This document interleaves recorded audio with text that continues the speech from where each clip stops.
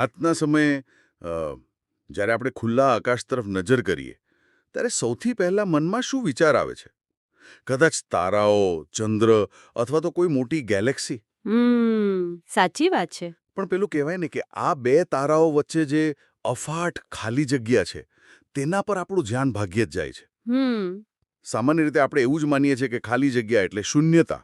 હા, જ્યાં કંઈ જ નથી એમ. બિલકુલ. એટલે જો રૂમમાંથી બધો જ સામાન કાઢી લઈએ તો જે બચે તે ખાલી જગ્યા. પણ શું ખરેખર એવું છે? શું આ ખાલી જગ્યાએ માત્ર કંઈ ન હોવાની સ્થિતિ છે? બરાબર. કે પછી તે આખા બ્રહ્માંડનો સૌથી નક્કર, સૌથી વાસ્તવિક અને ક્યારેય નાશ ન પામતો કોઈ આધાર છે? આજની આપણી આ ગહન ચર્ચા એક એવા ઐતિહાસિક દસ્તાવેજ પર આધારિત છે જે આ ખાલી જગ્યા એટલે કે આકાશને જોવાના આપણા સમગ્ર દૃષ્ટિકોણને જડમૂળથી બદલી નાખશે. અને આ ચર્ચા માત્ર કોઈ તત્વજ્ઞાનના ભારેખમ શબ્દોની રમત નથી હો. આ વાસ્તવિકતાને, રિયાલિટીને બિલકુલ એક નવા જ એંગલથી જોવાની રીત છે. સાંભળ્યા છે. પણ આ બધી જ પ્રક્રિયાઓનું જે અંતિમ કેનવેસ છે ને, રાઈટ, જેના પર આ બધું જ અસ્તિત્વ ટકેલું છે, તે આકાશનું વાસ્તવિક સ્વરૂપ સમજવું ખરેખર ખૂબ જ રોમાંચક છે. તો ચાલો આજના અભ્યાસની શરૂઆત એક એવા દ્રશ્યથી કરીએ જે આપણને સીધા 200 વર્ષ પાછળ લઈ જશે. હા, ચોક્કસ. સમય છે સંવત 1876ના મહાસુદી 11 એટલે કે એકાદશીની સાંજ. સ્થળ છે ગુજરાતના ગઢડા ગામમાં આવેલો દાદા ખાચરનો દરબાર. શ્રી વાસુદેવ નારાયણના મંદિરની પાસેના ઓટા પર શ્રીજી મહારાજ દક્ષિણ દિશા તરફ મુખ રાખીને વિરાજમાન છે. અચ્છા. એકદમ શાંત અને શુદ્ધ વાતાવરણ છે. તેમણે સંપૂર્ણ શ્વેત વસ્ત્રો ધારણ કર્યા છે. ધોળો ખેસ, ધોળી ચાદર અને માથે ધોળી પાગ. તેમની સામે મુનિઓ અને દેશ-વિદેશના હરિભક્તોની બહુ વિશાળ સભા ભરાઈને બેઠી છે. અને આ માત્ર કોઈ ઐતિહાસિક નોંધ નથી, પણ આ દૃશ્ય એ ગંભીર ચર્ચાનું પ્લેટફોર્મ છે જે હવે શરૂ થવાની છે. બરાબર છે. આ શાંત વાતાવરણમાં ભટ્ટ મહેશ્વર નામના એક વેદાંતી બ્રાહ્મણ એક એવો પ્રશ્ન પૂછે છે જે ભલભલા જ્ઞાનીઓને મૂંઝવી શકે. તેમનો પ્રશ્ન કંઈક આવો છે: સમાધિની અવસ્થામાં જ્યારે બધું જ લીન થઈ જાય છે ત્યારે આકાશ કેવી રીતે લીન થાય છે? અને આજની આપણી આખી ચર્ચાનું જે મેઇન મિશન છે ને, તે આ જ પ્રશ્નના મૂળ સુધી જવાનું છે. આ બહુ જ ડીપ સવાલ છે. કારણ કે સમાધિમાં અથવા પ્રલય વખતે બધી જ ભૌતિક વસ્તુઓ નાશ પામે છે એ તો આપણે સમજી શકીએ, પણ જગ્યા પોતે કેવી રીતે નાશ પામી શકે? એક્ઝેક્ટલી. આનો જવાબ સમજતા પહેલા આપણે એક પાયાની વાત ક્લિયર કરવી પડે. જ્યારે અહીં શ્રોતમાં આકાશ શબ્દ વપરાય છે ત્યારે તેનો અર્થ માત્ર આકાશવાણી કે પેલું વાદળોવાળું આકાશ નથી, સાચું ને? બિલકુલ. અહીં શ્રીજી મહારાજ આકાશની વ્યાખ્યા અવકાશ તરીકે આપે છે. અવકાશ એટલે કોઈ પણ વસ્તુને રહેવા માટે જોઈતી જગ્યા કે સ્પેસ. સ્પેસ. હા. જે કંઈ પણ પદાર્થ અસ્તિત્વ ધરાવે છે તે કોઈક અવકાશમાં જ રહે છે. પણ અહીંની સમજણ માત્ર આટલે અટકતી નથી. પદાર્થો માત્ર આકાશમાં જ નથી રહેતા. આકાશ એ પદાર્થોની અંદર પણ પૂરેપૂરી રીતે વ્યાપીને રહેલું છે. એટલે તમારો કહેવાનો અર્થ એ છે કે બહાર પણ આકાશ અને વસ્તુની અંદર પણ આકાશ? હા. અહીં ચર્ચામાં એક અત્યંત સૂક્ષ્મ ઉદાહરણ આવે છે. પૃથ્વીની એક નાની રજ એટલે કે ધૂળનો અત્યંત ઝીણો કણ લઈએ. હા, ધૂળનો કણ. જો એ એક કણના પણ કરોડો ટુકડા કરવામાં આવે ને, તો તે દરેક અતિ સૂક્ષ્મ ટુકડાની અંદર પણ આકાશ રહેલું જ છે. એટલે આનો અર્થ એ થયો કે જો આપણે માત્ર આકાશને જ જોવાની દ્રષ્ટિ કેળવીએ તો પૃથ્વી કે જળ કે અગ્નિ જેવું કંઈ દેખાય જ નહીં. અચ્છા. બધે જ માત્ર એક સળંગ આકાશ જ દેખાય. ચલો, આ વાતને થોડી વધુ સરળ બનાવવા માટે આપણે એક એનાલોજી વિચારીએ. ધારો કે દરિયાના તળિયે એક સ્પંજનો ટુકડો પડેલો છે. બરાબર. એ સ્પંજમાં અસંખ્ય છિદ્રો છે અને એ છિદ્રોમાં દરિયાનું પાણી ભરાયેલું છે. એટલે સ્પંજની અંદર પણ પાણી છે અને સ્પંજની બહાર પણ પાણી છે. ખરેખર તો એ સ્પંજ પાણીના એક મોટા અસ્તિત્વની વચ્ચે જ ટકેલું છે. બહુ જ સરસ ઉદાહરણ છે આ. પણ અહીં તો વાત એનાથી પણ એક ડગલું આગળ છે. સ્પંજના ઉદાહરણમાં તો સ્પંજ પોતે એક અલગ વસ્તુ છે, જ્યારે અહીં તો પદાર્થો પોતે પણ આકાશના જ આધાર પર બનેલા છે. આ બહુ જ સચોટ સરખામણી કરી. આકાશ એ સ્થૂળ, સૂક્ષ્મ અને કારણ આ ત્રણેય શરીરનો આધાર છે. આખું બ્રહ્માંડ આકાશમાં રહેલું છે. બ્રહ્માંડ ક્યાંથી બન્યું તો કહેવાય છે કે પ્રકૃતિ અને પુરુષમાંથી. તો આ પ્રકૃતિ અને પુરુષ પણ આકાશને વિશે જ રહેલા છે. એટલે આકાશ જ અંદર છે અને આકાશ જ બહાર છે. એક મિનિટ. હા, બોલો. અહીં મને એક બહુ મોટો કાઉન્ટર પ્રશ્ન થાય છે. અને આ જ શંકા કદાચ ભટ્ટ માહેશ્વરને પણ થઈ હતી. ઓહ, કઈ શંકા? જો આપણે સાંખ્યશાસ્ત્ર કે સૃષ્ટિના સર્જનની પ્રક્રિયા જોઈએ ને તો આકાશ એ પંચભૂતનો એક હિસ્સો છે. આકાશ, વાયુ, તેજ, જળ અને પૃથ્વી. અને આ પંચભૂત તો તમોગુણમાંથી ઉત્પન્ન થયા છે. સાચી વાત છે. તમોગુણ એટલે અંધકાર, જડતા અને અજ્ઞાન. તો જે વસ્તુ પોતે જ તમોગુણમાંથી ઉત્પન્ન થઈ હોય તે મૂળ કારણ ગણાતા પ્રકૃતિ અને પુરુષનો આધાર કેવી રીતે બની શકે? આ તો પાયાની જ ભૂલ લાગે છે. મતલબ જે પોતે જ સર્જાયેલું છે તે સર્જનહારનો આધાર કેમ બની શકે? અને આ જ આખી ચર્ચાનો ટર્નિંગ પોઈન્ટ છે. આ પ્રશ્નનો જે ઉત્તર મળે છે ને તે ખરેખર આંખો ખોલી નાખનારો છે. અચ્છા. હા, અહીં એ સ્પષ્ટ કરવામાં આવ્યું છે કે આપણે અત્યાર સુધી એક જ આકાશની વાત કરતા હતા, પણ વાસ્તવમાં આકાશની બેવડી ઓળખ છે. બે પ્રકારના આકાશ. હા, અહીં બે પ્રકારના આકાશની વાત થઈ રહી છે. એક આકાશ એ છે જે તમોગુણમાંથી ઉત્પન્ન થાય છે. તે કાર્ય છે, એટલે કે કોઈ પ્રક્રિયાનું પરિણામ છે. તે વિકાર પામે છે અને તે ખરેખર અંધકારરૂપ છે. ઓહ, એટલે કે આપણે જે ભૌતિક ખાલી જગ્યાને માપી શકીએ છીએ, સાયન્સમાં જેને સ્પેસ કહીએ છીએ, તે આ તમોગુણી આકાશ છે. બરાબર. પણ આની પાછળ એક બીજું મૂળભૂત આકાશ છે. આને સમજવા માટે આપણે જરા સર્જનની પ્રક્રિયા તરફ જવું પડશે. જ્યારે પ્રકૃતિમાંથી મહત્તત્વ ઉત્પન્ન થાય છે ત્યારે એ પ્રક્રિયા માટે પણ જગ્યા તો જોઈએ જ ને. સ્પેસ વગર તો કશું જ ના થઈ શકે. બિલકુલ. મહત્તત્વ એટલે બ્રહ્માંડના સર્જનની પ્રથમ અવસ્થા, બ્રહ્માંડની સમષ્ટિ બુદ્ધિ. આ સમજાવવા માટે ચર્ચામાં બે સુંદર ઉદાહરણો છે. જેમ વૃક્ષમાંથી ફળ અને પુષ્પ બહાર નીકળે છે, અથવા જેમ ગાયના પેટમાંથી વાછરડું બહાર નીકળે છે, તેવી જ રીતે પ્રકૃતિમાંથી મહત્તત્વ બહાર આવે છે. હા, પણ બહાર આવવું ક્યાં?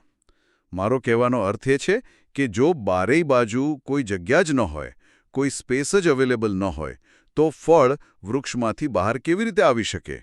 વાછરડું ગાયના પેટમાંથી બહાર કઈ જગ્યામાં આવે? એક્ઝેક્ટલી. બિલકુલ આ જ તર્ક છે. જો પ્રકૃતિમાં મૂળભૂત અવકાશ એટલે કે જગ્યા જ ન હોત તો મહત્તત્વ ક્યાં વિસ્તાર પામત? પ્રકૃતિમાં આકાશ છે માટે જ તેમાંથી મહત્તત્વ નીકળે છે. મહત્તત્વમાં આકાશ છે માટે તેમાંથી અહંકાર એટલે કે અલગ અસ્તિત્વની ભાવના ઊભી થાય છે. અહંકારમાંથી 3 ગુણ અને પછી પેલા તમોગુણમાંથી પેલા પંચભૂત નીકળે છે. એટલે પેલું જે ભૌતિક આકાશ છે ને તે તો બહુ છેલ્લે આવે છે. ઓહ, હવે આ આખી કડી સમજાય છે. એટલે સર્જનની પ્રક્રિયા શરૂ થાય તે પહેલાં એક એવી અનંત જગ્યા હોવી અનિવાર્ય છે જે કોઈનામાંથી ઉત્પન્ન નથી થઈ, પણ જે બાકીના બધા જ સર્જન માટે એક મેદાન પૂરું પાડે છે. રાઈટ. અને આ જ એ મૂળભૂત આધાર છે જે નિર્વિકારી છે, જે અનાદિ છે, જેમાંથી કશું જ પેદા નથી થતું, પણ જે બધાને આધાર આપે છે. તેને ચિદાકાશ અથવા બ્રહ્મ કહેવાય છે. ચિદાકાશ. હા. આ કોન્સેપ્ટ તો ખરેખર આપણા પર્સ્પેક્ટિવને સંપૂર્ણપણે બદલી નાખે છે. શૂન્યતાથી શરૂ થયેલી વાત છેક સર્વાધાર બ્રહ્મ સુધી પહોંચી ગઈ. સાચી વાત. હવે જ્યારે એ સ્પષ્ટ થઈ ગયું છે કે આ ચિદાકાશ એ એક અંતિમ કેનવસ છે, તો અહીં એક સ્વાભાવિક પ્રશ્ન એ થાય કે આ અનંત કેનવસ પર બ્રહ્માંડનું ચિત્ર દોરાય છે કેવી રીતે? એટલે કે સર્જન કઈ રીતે થાય છે? અને જ્યારે સમય પૂરો થાય ત્યારે ભૂંસાય છે કેવી રીતે? આ પ્રક્રિયાને બહુ જ વૈજ્ઞાનિક ઢબે વિકાસાવસ્થા એટલે કે એક્સપાન્શન અને સંકોચાવસ્થા એટલે કે કોન્ટ્રાક્શન તરીકે વર્ણવવામાં આવી છે. અને આ બધું જ પેલા અનાદિ ચિદાકાશમાં જ થાય છે. જ્યારે પુરુષ પ્રકૃતિની સામે જુએ છે ત્યારે સર્જનની શરૂઆત થાય છે. આને સમજવા માટે એક બહુ જ સહજ ઉદાહરણ અપાયું છે. જેમ પતિ અને પત્નીના મિલનથી સંતાનની ઉત્પત્તિ થાય છે ને, તેમ પતિરૂપ પુરુષ અને સ્ત્રીરૂપ પ્રકૃતિના સંયોગથી મહત્તત્વ વગેરે 24 તત્વો ઉત્પન્ન થાય છે. એટલે કે આખી સૃષ્ટિ પિંડ અને બ્રહ્માંડના રૂપે વિસ્તરે છે. આ જે વિસ્તાર થયો તેને પ્રકૃતિની વિકાસ અવસ્થા અથવા એક્સપાન્શન કહેવાય છે. અને આ જેટલા પણ પ્રકૃતિના કાર્યો છે તેમાં પુરુષ પોતાની શક્તિથી પૂરેપૂરો વ્યાપીને રહે છે. આ પુરુષની વિકાસ અવસ્થા છે. બિલકુલ. પણ જ્યારે વિસર્જનનો સમય આવે, જ્યારે બધું ખતમ થવાનું હોય, ત્યારે શું થાય છે? આખી સૃષ્ટિ ક્યાં જાય છે?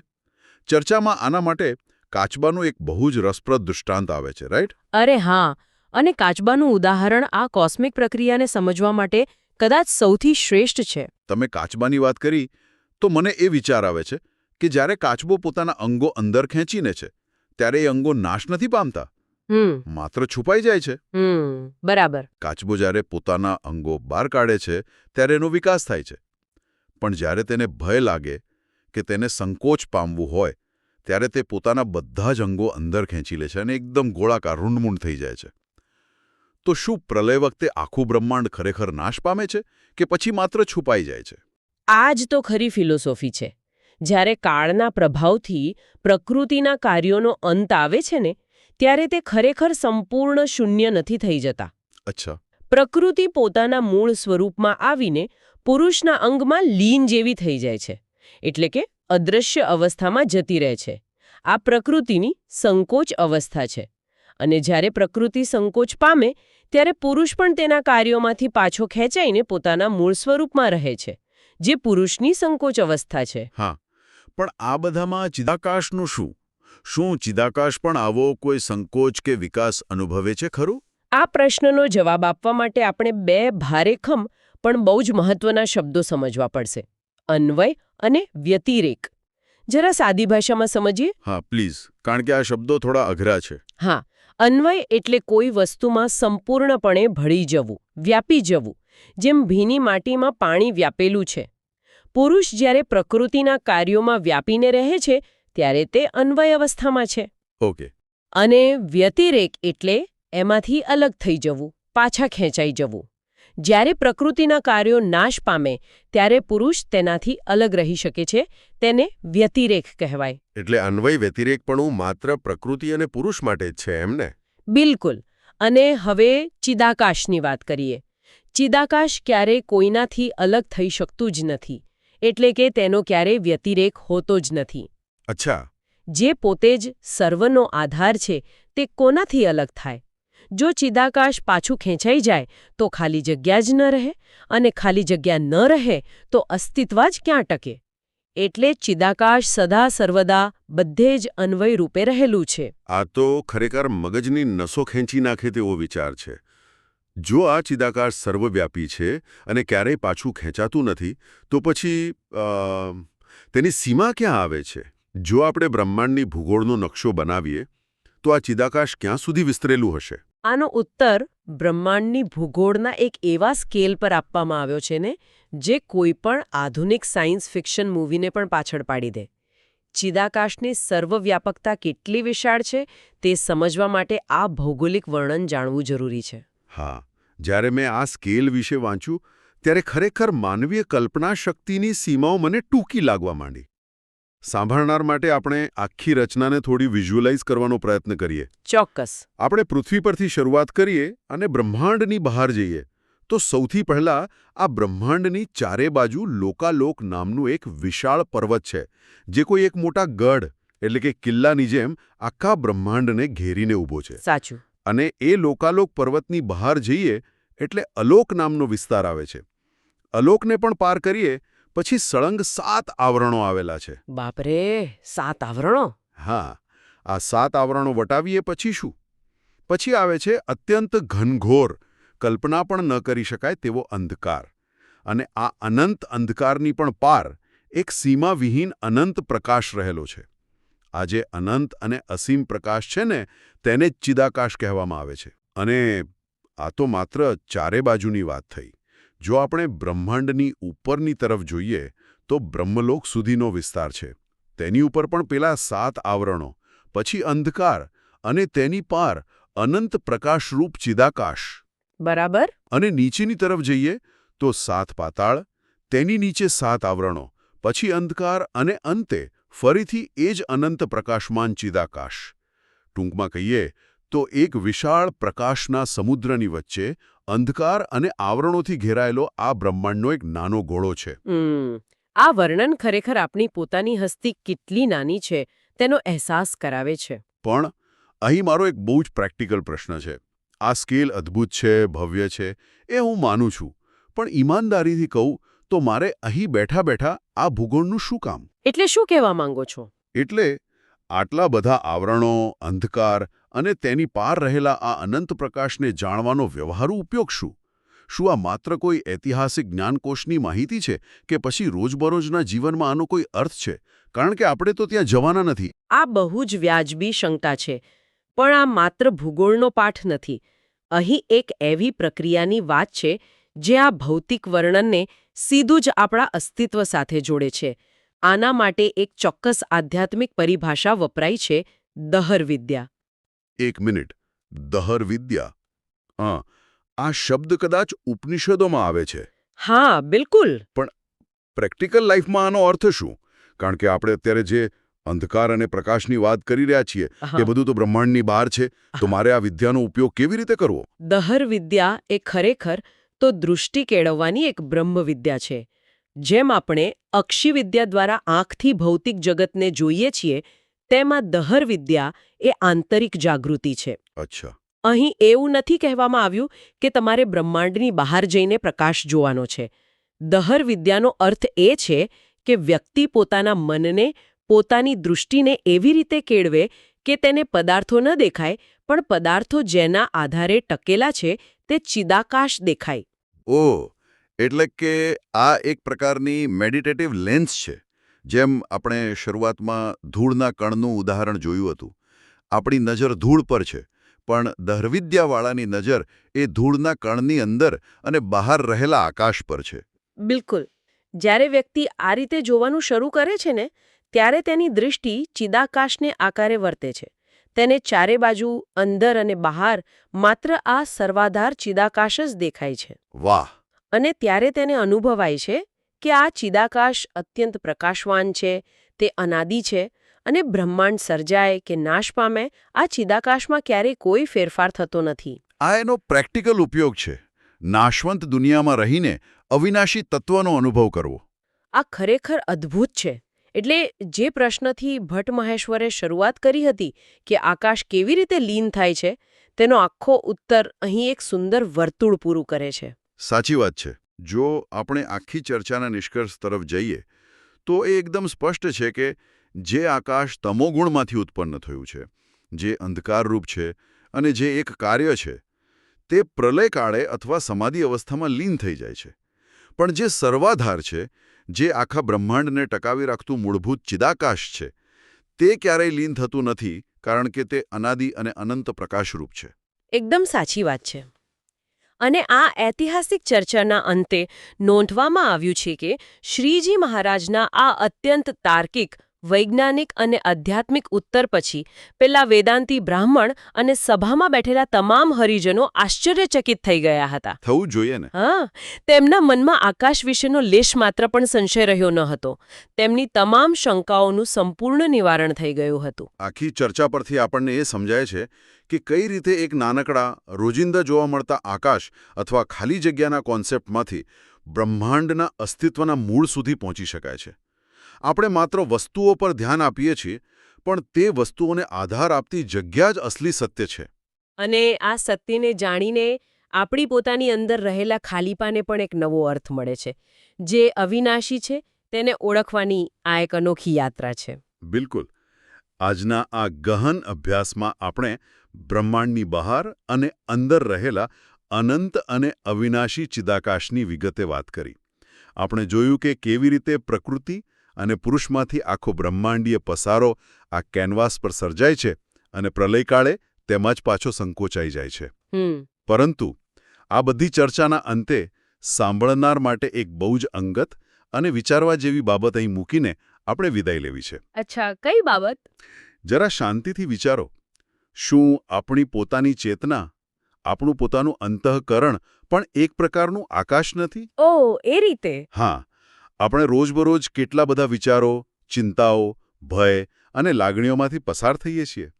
આ બધી લાગણીઓ જાણે પેલા વિકાર પામતા તમોગુણી આકાશ જેવી છે, જે ક્ષણે ક્ષણે બદલાતી રહે છે, જન્મ લે છે અને નાશ પામે છે. બહુ સાચી વાત છે આ તો. પણ જ્યારે રાત્રે ગાઢ ઊંઘમાં જીઈએ છીએ અથવા જ્યારે ધ્યાનમાં બેસીએ છીએ અને આ તમામ વિચારો અને અશાંતિનું વિસર્જન થાય છે, ત્યારે આપણી અંદર શું બચે છે? ત્યારે એકદમ શાંત, શુદ્ધ અને પ્રકાશમાન એવો એક હુંકાર બચે છે. માત્ર હોવાપણાનો અહેસાસ બચે છે. રાઈટ. તો શું એવું ન બની શકે કે આપણી અંદરનો એ શુદ્ધ પ્રકાશ, એ માત્ર હોવાની જાગૃતિ, એ આ જ બ્રહ્માંડીય ચિદાકાશનો એક નાનો અંશ હોય? કદાચ આ અનંત પ્રકાશ માત્ર યાત્રા કરીને બ્રહ્માંડની પાર શોધવા જવાનો વિષય નથી, પણ તે આપણી પોતાની ભીતર પણ એટલી જ વિશાળતાથી અને શાંતિથી વિસ્તરેલો છે. બિલકુલ. આપણે માત્ર પેલા દહર વિદ્યાના લેન્સથી આપણી પોતાની અંદર રહેલા એ પ્રકાશને જોવાની દૃષ્ટિ કેળવાની જરૂર છે. આ એક એવો વિચાર છે જે આપણને રોજિંદા ઘોંઘાટથી દૂર પોતાની અંદર ડોક્યું કરવા મજબૂર કરે છે. આપણે જ્યાં પણ બેઠા હોઈએ, જરા આપણી આસપાસ નજર કરીએ. આપણા નાક અને આપણી સામે રહેલા આ ડિવાઇસ વચ્ચે જે ખાલી જગ્યા છે ને, જરા તેના પર ધ્યાન કેન્દ્રિત કરીએ. સામાન્ય રીતે આપણે બધા એવું જ માનીએ છીએ કે આ જગ્યા બિલકુલ ખાલી છે, મતલબ ત્યાં કશું જ નથી. હવે ભૌતિક વિજ્ઞાન આપણને એમ કહે છે કે આ ખાલી દેખાતી જગ્યા ખરેખર અદૃશ્ય કણો અને ઊર્જાના તરંગોથી ભરેલી હોય છે. બરાબર છે. સાયન્સ એવું જ કહે છે. હા, પરંતુ આજે આપણે જે સ્ત્રોતનું સઘન વિશ્લેષણ કરવાના છીએ તે એક એવી ચોંકાવનારી વાત કરે છે જે સાંભળીને કદાચ ભૌતિક વિજ્ઞાન પણ વિચારમાં પડી જાય. ઓહ વાહ, એવું તે શું છે? આ લખાણ એવો દાવો કરે છે કે જેને આપણે ખાલીપો કે કંઈ જ નથી એવું માનીએ છીએ, તે ખરેખર આખા બ્રહ્માંડની સૌથી નક્કર, કાયમી અને અવિનાશી વસ્તુ છે. અચ્છા. અને આપણું આ ભૌતિક શરીર જે આપણને સૌથી વધારે નક્કર લાગે છે, તે માત્ર એક હંગામી અને નાશવંત ભ્રમ છે. આ ખરેખર બહુ જ ઊંડી વાત છે. અને આજના આપણા ડીપ ડાઇવનો આધાર Chidakash, the eternal space and divine essence નામની નોંધો અને વિશ્લેષણ છે. બરાબર. જે મૂળ તો ભગવાન સ્વામિનારાયણના ગઢડા પ્રથમ 44ના વચનામૃત પર આધારિત છે. એટલે જુઓ, સામાન્ય રીતે આકાશ કે સ્પેસ શબ્દ આપણે સાંભળીએ એટલે આપણને પેલું રાતનું તારાઓથી ભરેલું કાળું આસમાન યાદ આવે, ખરું ને? હા, એક્ઝેક્ટલી. આપણે ઉપર જોઈએ અને જે દેખાય તે આકાશ. બિલકુલ. પરંતુ આ લખાણ આકાશની એ જે ભૌતિક વ્યાખ્યા છે ને, તેને તોડીને તેને એક સંપૂર્ણ આધ્યાત્મિક અને શાશ્વત પરિમાણ તરીકે પ્રસ્થાપિત કરે છે. અને આજનું આપણું મિશન પણ એ જ છે. આપણે આ સ્પેસ અથવા આકાશના મૂળ સ્વરૂપને સમજવું છે. ભૌતિક સ્પેસથી લઈને પેલા શાશ્વત પ્રકાશ સુધીની યાત્રા કરવી છે. ચોક્કસ. સાથે એ પણ સમજવું છે કે આ બ્રહ્માંડ કેવી રીતે શ્વાસ લે છે. અને અંતે આ બધું જ્ઞાન કેવી રીતે આપણા આધુનિક જીવનના સૌથી મોટા ડર અને ચિંતાઓને જડમૂળથી ઉખાડી શકે છે, તેનું મિકેનિઝમ સમજવું છે. તો શરૂઆત આકાશની વ્યાખ્યાથી જ કરીએ ને? અગ્નિ અને વાયુ, આ ચારેય તત્વો આકાશમાં જ સમાયેલા છે. એટલે કે આકાશ કોઈ એવી ખાલી પેટી નથી જેમાં ગ્રહો મૂકેલા હોય, પણ તે અસ્તિત્વનો પાયો છે. બરાબર છે. લખાણમાં એક બહુ જ રસપ્રદ વાત છે કે એક નાનકડા ધૂળના કણમાં, જેને રજ કહેવાય છે, તેમાં પણ આકાશ એટલું જ વ્યાપક છે જેટલું આખા બ્રહ્માંડમાં. સાચી વાત. પણ અહીં એક શબ્દ પ્રયોગ છે જે મને થોડો ટેકનિકલ લાગે છે. તેમાં લખ્યું છે કે 3 શરીરો, એટલે કે સ્થૂળ, સૂક્ષ્મ અને કારણ શરીર, એ પણ આકાશમાં રહેલા છે. હવે મોટાભાગે તો એવું જ માનાય છે કે આપણી પાસે માત્ર એક જ શરીર છે, આ ભૌતિક શરીર. હા, જનરલી લોકો એવું જ માનતા હોય છે. તો પછી આ 3 શરીરો આકાશમાં કેવી રીતે છે, એ મને થોડું સમજાવો. જો, આને સમજવા માટે આપણે એક આધુનિક કોમ્પ્યુટર કે સ્માર્ટફોનનું ઉદાહરણ લઈએ તો જલ્દી સમજાશે. ઓકે. સ્થૂળ શરીર એટલે તમારું હાર્ડવેર. આ જે હાડકાં, માંસ અને ચામડીનું બનેલું ભૌતિક માળખું છે ને, જેને આપણે સ્પર્શી શકીએ છીએ. જે ફિઝિકલ છે. હા. હવે સૂક્ષ્મ શરીર એટલે એની અંદર રહેલું સોફ્ટવેર અથવા તો ઓપરેટિંગ સિસ્ટમ. આપણું મન, બુદ્ધિ અને વિચારોની જે પ્રક્રિયા છે તે દેખાતું નથી, પણ તેના વિના હાર્ડવેર નકામું છે, બરાબર ને? અચ્છા, હા. સોફ્ટવેર વગર કમ્પ્યુટર શું કામનું? બિલકુલ. અને સૌથી ઊંડું છે કારણ શરીર, જેને આપણે કમ્પ્યુટરનો સોર્સ કોડ અથવા સૌથી ઊંડી મેમરી ડ્રાઈવ કહી શકીએ, જેમાં આપણા અજ્ઞાત સંસ્કારો અને મૂળ ઈચ્છાઓ સ્ટોર થયેલી હોય છે. વાહ, આ એનાલોજી બહુ જ સરસ છે. હા.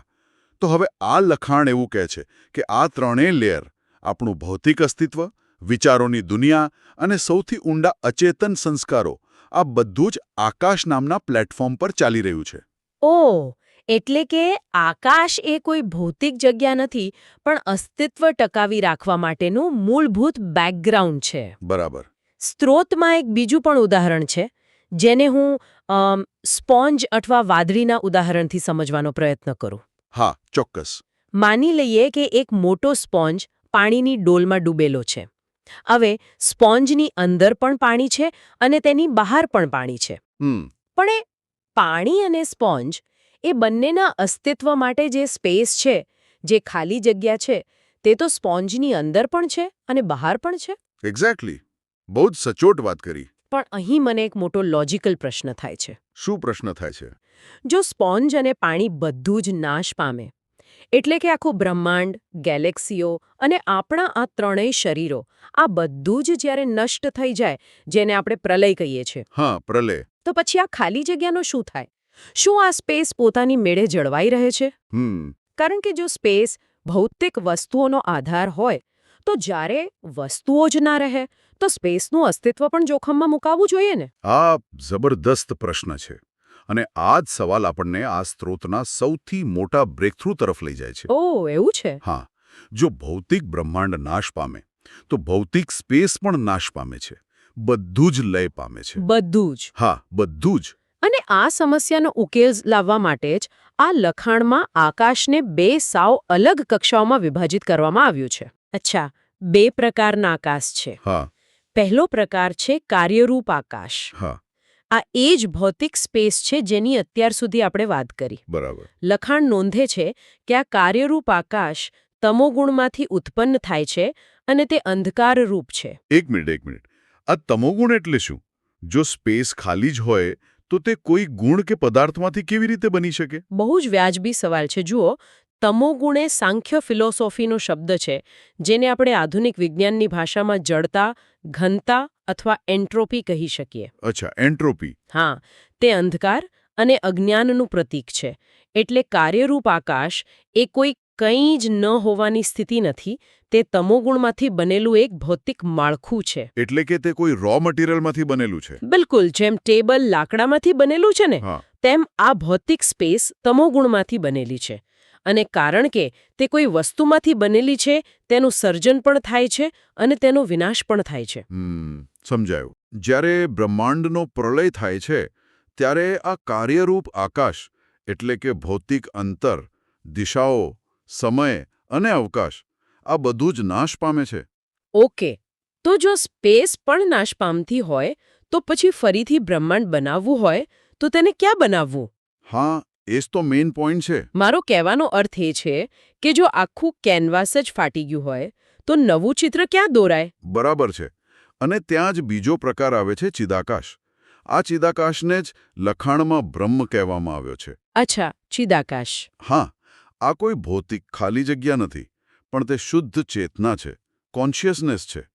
તે નિર્વિકારી છે, એટલે કે તેમાં કોઈ જ ફેરફાર થતો નથી. એટલે કે તે પરમેનન્ટ છે. બિલકુલ. તે અનાદિ છે અને અનંત છે. જ્યારે પહેલું ભૌતિક આકાશ એટલે કે કાર્યરૂપ આકાશ અને આખું બ્રહ્માંડ નાશ પામે છે ને, ત્યારે પણ આ ચિદાકાશ અકબંધ રહે છે. તે જ સર્વનો સાચો અને મૂળ આધાર છે. આ તો ખરેખર મગજની નસો ખેંચાઈ જાય એવો કન્સેપ્ટ છે. એટલે કે આપણે જે સ્પેસને એબ્સોલ્યુટ માનીએ છીએ, તે પણ એક જાતનો ભ્રમ જ છે. હા, એકદમ સાચી વાત છે. આના પરથી મને લખાણમાં આપેલો પેલા સમાધિનો ઉલ્લેખ યાદ આવે છે. તેમાં એવો પ્રશ્ન પૂછવામાં આવ્યો છે કે સમાધિમાં આકાશ કેવી રીતે લીન થાય? હવે કોઈ વ્યક્તિ ધ્યાનમાં બેઠી હોય અને સમાધિમાં પહોંચે, તો શારીરિક રીતે તો તે હજુ એ જ રૂમમાં બેઠી છે ને? એ રૂમની દિવાલો, એ છત, એ જમીન બધું ત્યાં જ છે. હા, ફિઝિકલી બધું ત્યાં જ છે. તો પછી તેના માટે આકાશ લીન કેવી રીતે થઈ જાય? શું ભૌતિક રીતે જગ્યા ગાયબ થઈ જાય છે? ના. ભૌતિક રૂમ ગાયબ નથી થતો, પણ વ્યક્તિના મનમાંથી સ્પેસ નામનું જે માળખું છે ને, તે પડી ભાંગે છે. માળખું પડી ભાંગે છે એટલે? જો હું સમજાવું. આને સમજવા માટે આપણે મનોવિજ્ઞાન અને ન્યુરોસાયન્સની મદદ લઈએ. આપણે અંતર અને જગ્યાનો અનુભવ કેવી રીતે કરીએ છીએ, તે આપણા મન દ્વારા એટલે કે સૂક્ષ્મ શરીર દ્વારા ઊભું કરવામાં આવેલું એક કોગ્નિટિવ ફ્રેમવર્ક છે. અચ્છા. આપણે ઇન્દ્રિયો દ્વારા માહિતી લઈએ છીએ અને મન તેને અહીં અને ત્યાં, નજીક અને દૂર એવા લેબલ લગાવીને ગોઠવે છે. ઓકે, એટલે મન પ્રોસેસ કરે છે બધું. હા. હવે સમાધિ અવસ્થામાં શું થાય છે? વ્યક્તિનું મન અત્યંત શાંત થઈને પોતાના મૂળ સ્વરૂપમાં લીન થઈ જાય છે. જ્યારે મન જ કામ કરતું બંધ થઈ જાય ત્યારે અંતર અને દિશાઓને પ્રોસેસ કરનારું કોઈ બચતું જ નથી. ઓહ, સમજાયું. એટલે કે તે વ્યક્તિના અનુભવમાંથી ભૌતિક આકાશનો સંપૂર્ણ લય થઈ જાય છે. પણ તે સમયે પણ જે વસ્તુ હાજર રહે છે તે છે તેની શુદ્ધ ચેતના એટલે કે ચિદાકાશ. વાહ. ચિદાકાશ ક્યારેય લીન થતું નથી કારણ કે તે કોઈ માનસિક વિચાર નથી, તે અસ્તિત્વની હકીકત છે. વાહ, એટલે કે સ્પેસ એ બહાર ઓછું અને આપણા મનની અંદર વધારે છે. બિલકુલ. જ્યારે મન શાંત થાય ત્યારે ભૌતિક સ્પેસનો ભ્રમ તૂટે છે અને માત્ર ચેતના બચે છે. હવે મને એ વિચાર આવે છે કે જો આ ચિદાકાશ આટલું બધું શાંત, સ્થિર અને કાયમી છે, તો પછી આમાં આટલા અવાજ, ગતિ અને અંધાધૂંધીથી ભરેલા આ ભૌતિક બ્રહ્માંડનું સર્જન કેવી રીતે થાય છે? હા, આ બહુ મોટો કોન્ટ્રાસ્ટ છે. બિલકુલ. આ બે સાવ વિરોધાભાસી વસ્તુઓ છે. એક બાજુ કાયમી શાંતિ છે અને બીજી બાજુ સતત બદલાતું આ બ્રહ્માંડ છે. આ બંને વચ્ચે બ્રિજ કોણ બનાવે છે? અને આ સમજાવવા માટે આખા સ્ત્રોતમાં સૌથી અણધારી રૂપકનો ઉપયોગ થયો છે, કાચબો. હા, કાચબાનું ઉદાહરણ બહુ ઇન્ટરેસ્ટિંગ છે. એટલે મને એમ થાય કે આટલા કોસ્મિક અને એબ્સ્ટ્રેક્ટ કન્સેપ્ટને સમજાવવા માટે એક સામાન્ય કાચબાનું ઉદાહરણ. પહેલી નજરે તો કાચબાનું ઉદાહરણ બહુ સામાન્ય જ લાગે, પણ તે બ્રહ્માંડના મિકેનિઝમને સમજાવવા માટે સૌથી સચોટ છે. અચ્છા, કેવી રીતે? જુઓ, અહીં લખાણ પ્રકૃતિ અને પુરુષના ખ્યાલનો ઉપયોગ કરે છે. પ્રકૃતિ એટલે બ્રહ્માંડ બનાવવાનું રો મટીરિયલ અથવા તો પોટેન્શિયલ, અને પુરુષ એટલે એ ચેતના અથવા ઓબ્ઝર્વર જેની હાજરીથી આ પ્રકૃતિ સક્રિય થાય છે. બરાબર. હવે પેલા કાચબાને યાદ કરો. જ્યારે કાચબો શાંત બેઠો હોય ત્યારે તેની ઢાલની અંદર તેના બધા જ અંગો સંકોચાયેલા હોય છે. હા, એકદમ સંકોચાઈને બેઠો હોય. આ સ્થિતિમાં બહાર કશું જ દેખાતું નથી. આ છે પ્રલયની અવસ્થા. અને પછી જ્યારે કાચબો પોતાના અંગો ઢાલમાંથી બહાર કાઢે છે, જેને લખાણમાં વિકાસ કહેવાયો છે ને, બરાબર. તો ત્યારે શું થાય છે? જ્યારે બ્રહ્માંડનું સર્જન થવાનું હોય હમ. ત્યારે કાચબો પોતાના અંગો બહાર કાઢે છે. આ અંગો એટલે જ પૃથ્વી, તારાઓ, ગ્રહો અને અલગ અલગ બ્રહ્માંડો. વાહ. પ્રકૃતિ પોતાનામાંથી આ બધું જ બહાર ફેલાવે છે. આને આધુનિક વિજ્ઞાનમાં આપણે બિગ બેંગ અને બ્રહ્માંડના વિસ્તરણ સાથે સરખાવી શકીએ.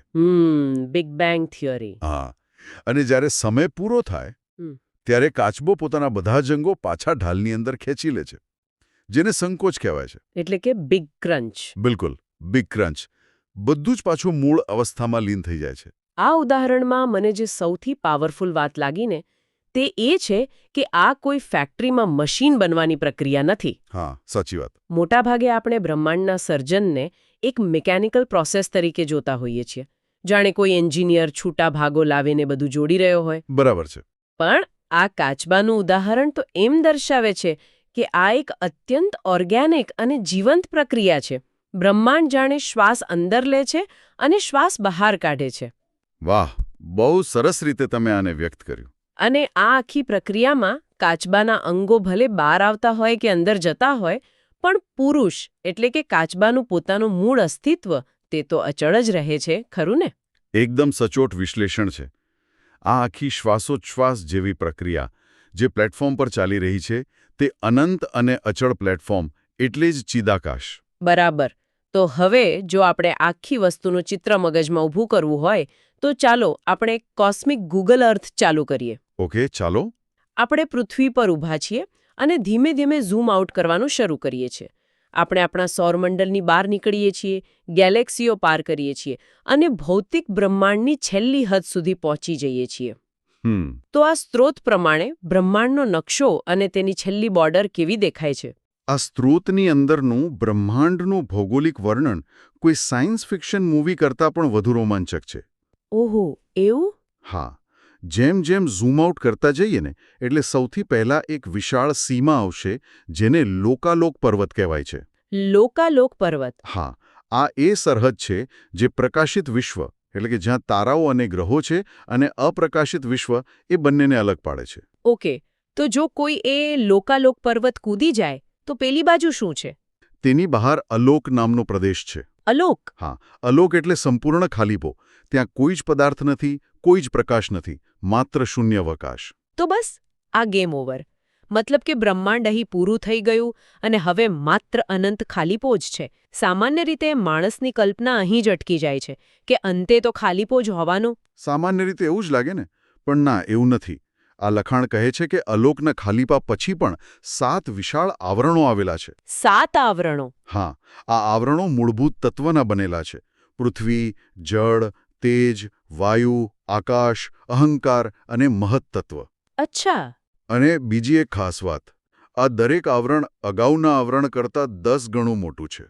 તમારે આ 7 ભયાનક મોટા આવરણોને પાર કરવા પડે. એટલે આ તો જાણે ડુંગળીના પડ જેવું થયો. આપણે બ્રહ્માંડરૂપી ડુંગળીના પડ એક પછી એક ચીરીને બહાર નીકળી રહ્યા છીએ. બિલકુલ એવું જ. અને જ્યારે 7મું અને છેલ્લું આવરણ તોડીએ ત્યારે ક્યાં પહોંચીએ છીએ? આ 7 આવરણો પાર કર્યા પછી એક અત્યંત ગાઢ કાળમીડ અંધકારમાં પ્રવેશ થાય છે. ગાઢ અંધકાર. હા, આ એવો અંધકાર છે જેની આપણે પૃથ્વી પર કલ્પના પણ ન કરી શકીએ. આ સંપૂર્ણ તમોગુણ છે. તો શું અંતિમ સત્ય અંધકાર જ છે? આપણે આટલી લાંબી મુસાફરી કરી એ અંતે માત્ર કાળા અંધકારમાં ખોવાઈ જવા માટે? ના ના, અને આ જ આ લખાણનો માસ્ટર સ્ટ્રોક છે. ઓહ! જો દૃષ્ટિ હોય અને જો એ ગાઢ અંધકારની પણ પાર જઈ શકાય ને, તો છેલ્લે એક અકલ્પનીય, અનંત અને આંખોને આંજી દે તેવો દિવ્ય પ્રકાશ દેખાશે. વાહ! અને એ અનંત પ્રકાશ એ જ આપણું ચિદાકાશ છે. એ જ બ્રહ્મ છે. આ આખી મુસાફરી સાંભળતા તો રૂવાડા ઊભા થઈ જાય એવું છે. હા, ખરેખર. એટલે કે આપણે ભૌતિક ખાલીપાથી શરૂ કર્યો, ભ્રમણાના આવરણો પસાર કર્યા, ગાઢ અંધકારનો સામનો કર્યો અને અંતિમ સત્ય તરીકે એક અનંત પ્રકાશના મહાસાગરમાં પહોંચ્યા. બિલકુલ. પણ આ બધું સાંભળવામાં બહુ જ એપિક અને ભવ્ય લાગે છે. હવે હું આને થોડું જમીન પર લાવવા માંગુ છું. હા, ચોક્કસ. ધારો કે કોઈ સામાન્ય માણસ છે જે મંગળવારની સવારે ટ્રાફિકમાં ફસાયો છે, જેને ઓફિસમાં બોસનો ડર છે અને બેંકની લોનના હપ્તા ભરવાનું ટેન્શન છે. તો તે વ્યક્તિ માટે આ લોકાલોક પર્વત, 7 આવરણો કે ચિદાકાશના પ્રકાશનો શું અર્થ? બહુ જ પ્રેક્ટિકલ પ્રશ્ન છે. હા, કારણ કે આપણે આ ડીપ ડાઇવમાં અત્યાર સુધી જે પણ વાત કરી તેનો પ્રેક્ટિકલ ઉપયોગ શું છે? જો કોઈ ફિલોસોફી માણસની જિંદગીની પીડા કે ટેન્શન ન ઘટાડી શકે તો તે માત્ર બૌદ્ધિક મનોરંજન બનીને રહી જાય, ખરું ને? એકદમ સાચી વાત. અને આ લખાણ પણ માત્ર નકશાઓ દોરીને અટકી નથી જતું. તે આધુનિક માણસની સૌથી મોટી માનસિક સમસ્યા એટલે કે ચિંતા અને અસુરક્ષાના મૂળ પર પ્રહાર કરે છે. અચ્છા, કેવી રીતે? જરા વિચારીએ. માણસની તમામ ચિંતાઓનું મૂળ શું છે? કશુંક ગુમાવવાનો ડર. હા, એ વાત તો છે જ. ડર હંમેશા રહે છે. આપણને સતત લાગે છે કે નોકરી જતી રહેશે, સંબંધો તૂટી જશે, સ્વાસ્થ્ય બગડી જશે અને અંતે મૃત્યુ આવશે અને આપણું અસ્તિત્વ જ ભૂસાઈ જશે. આપણે બધું જ કંટ્રોલ કરવા માંગીએ છીએ, કારણ કે આપણે આપણી જાતને આ કાર્યરૂપ આકાશ એટલે કે ભૌતિક દુનિયાનો જ એક હિસ્સો માનીએ છીએ. હા, જે ટેમ્પરરી છે. બરાબર. અને આપણે આગળ જોયું તેમ ભૌતિક દુનિયા તો તમોગુણની બનેલી છે, જેનો સ્વભાવ જ નાશ પામવાનો છે. એટલે કે આપણે પેલા કાચબાના એવા અંગો છીએ જે સતત એ ડરમાં જીવે છે કે ક્યારે આપણને પાછા અંદર ખેંચી લેવામાં આવશે. એક્ઝેક્ટલી. બહુ મસ્ત રીતે કનેક્ટ કર્યું. આપણે આપણું આઈડેન્ટિટી કાર્ડ સાવ નાશવંત વસ્તુઓ પર લગાવી દીધું છે. તો પછી આનો ઉકેલ શું છે? આનો ઉકેલ લખાણમાં દહર વિદ્યા તરીકે આપવામાં આવ્યો છે. દહર વિદ્યા. હા, દહર વિદ્યા એટલે આ સર્વાધાર ચિદાકાશનો માત્ર મગજથી અભ્યાસ નહીં, પણ હૃદયમાં તેનો પ્રત્યક્ષ અનુભવ કરવો. ઓકે. જ્યારે ધ્યાન દ્વારા એ સમજાય કે પોતે આ ભૌતિક શરીર જે તમોગુણનું પરિણામ છે તે નથી, પરંતુ પોતે જ એ અનંત ચિદાકાશનો અંશ છે, ત્યારે આખી રમત બદલાઈ જાય છે. વાહ! ત્યારે એ સમજાય છે કે ભૌતિક દુનિયામાં ગમે તેટલા તોફાન આવે, આખું બ્રહ્માંડ ભલે તૂટે પડે, તો પણ જે માળખા પર આપણે ઊભા છીએ એટલે કે ચિદાકાશ, તે ક્યારેય નાશ પામવાનું નથી. આ તો એક બહુ જ મોટો સાયકોલોજીકલ શિફ્ટ છે. એટલે કે જો મારું મૂળ અસ્તિત્વ ક્યારે નાશ જ ન પામવાનું હોય, જો હું એવા પાયા પર ઊભી હોઉં જે અવિનાશી છે, તો પછી રોજબરોજના નાના મોટા નુકસાન અંદરથી તોડી શકતા નથી. બિલકુલ. જો બેંકમાં અબજો રૂપિયા સેફ પડ્યા હોય ત્યારે રસ્તા પર 5 રૂપિયા ખોવાઈ જવાથી રડવું નથી આવતું. હા, એ તો સાવ ક્ષુલ્લક લાગે. તેવી જ રીતે જ્યારે દહર વિદ્યા દ્વારા વ્યક્તિને ચિદાકાશનો એટલે કે પોતાના અવિનાશી હોવાનો અનુભવ થાય છે ને, ત્યારે મૃત્યુનો કે કંઈક ગુમાવવાનો સૌથી મોટો ડર જતો રહે છે. વાહ. એક અકલ્પનીય નિર્ભયતા અને અખૂટ શાંતિ પ્રગટ થાય છે. અને આ શાંતિમાંથી જ પરમાત્મા પ્રત્યેની સાચી ભક્તિ જન્મે છે. કારણ કે હવે તે ભક્તિ ડરના કારણે નહીં, પણ પ્રેમ અને પૂર્ણતાના કારણે જોડાયેલી છે. બહુ જ સુંદર વાત કરી. હા, આ લખાણ માત્ર કોસ્મોલોજી નથી શીખવતું. તે આપણને નિર્ભય થવાનું વિજ્ઞાન શીખવે છે. તે અંધકારમાંથી પ્રકાશ તરફ ખેંચી જાય છે. ભૌતિક દુનિયાના સંકોચ અને વિકાસ વચ્ચે પણ તે આપણને અચળ રહેતા શીખવે છે. તો ચાલો આજના આ સઘન વિશ્લેષણના અંતે આપણે આખી યાત્રાને એકવાર નજર સમક્ષ લાવીએ. ચોક્કસ. આપણે શરૂઆત કરી હતી નાક અને ડિવાઇસ વચ્ચેની એક ખાલી જગ્યાથી. આપણે જોયું કે જેને આપણે ખાલી માનીએ છીએ તે માત્ર એક ભૌતિક માળખું છે જે નાશવંત છે. આપણે પહેલા કાચબાના ઉદાહરણ દ્વારા સમજ્યા કે બ્રહ્માંડ એક શ્વાસ લેતી જીવંત પ્રક્રિયા છે, જેમાં પ્રકૃતિ વિસ્તરે છે અને સંકોચાય છે. બરાબર.